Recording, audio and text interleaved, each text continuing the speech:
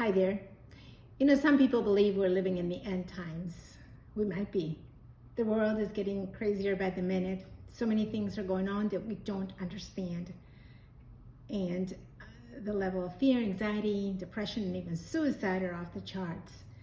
Maybe you're not one of those people who's feeling so down and so affected with what's going on in the world, but there may be something else in your life that's keeping you from feeling that total peace, that joy and that security that others seem to have. Let me show you how you can get that. I'm Perez Eckles, author and speaker. Let's talk about that one thing that sometimes holds us back from living the full, abundant life that Jesus promised we should live. And that is something called the past. Yep. Some of you read my books, my story, and my past is not the prettiest past. If you think about it, I was 30, I lost my sight, my youngest son was murdered, the man who killed him was set free, and after 2 years of marriage, my husband divorced me.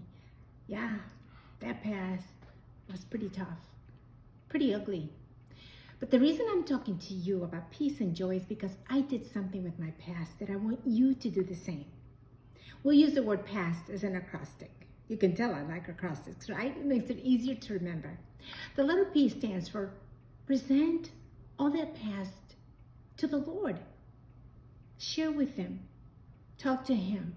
Share with Him how you felt back then, how you feel about it now. He understands. Present it and cast it to Him. Maybe it's too painful to share with another human being, your spouse, your friend, your parents, your pastor, but the Lord is willing to hear how you feel about that past. Present it to Him. Second is the letter A, which stands for acknowledge that He's powerful enough to have gotten you through that past.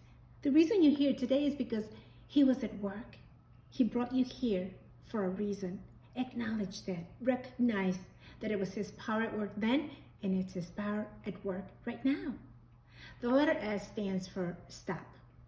I hope you're not insulted if I mention this to you, but here I go. You need to stop thinking about it. Stop dwelling about what happened, what didn't happen, those regrets, those mistakes, that trauma.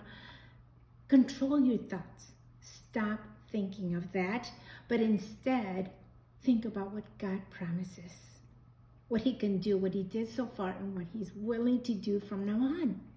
So that takes us to the last letter, which is the letter T. It stands for take a moment to be grateful. Let me explain that to you. The reason you're grateful is because God promised, in the Bible He says to us, that forget the performance things He instructs us. Can't you see Him doing a new thing? Can't you perceive it? I'm making streams in the desert and springs in the wasteland. See, right now, if your heart, your life, your thoughts seem like a desert or wasteland, forget about the past because God is doing a new thing in that desert. He's bringing you up to something better.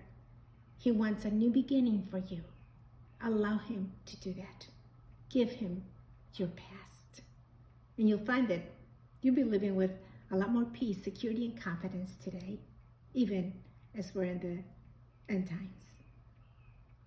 I hope this brief inspiration helped you. As always, I invite you to visit inspirationforyou.com. There you'll find a free gift, and you'll be signed up to my newsletter, my blog, so I can still have the privilege of inspiring you. Until next time.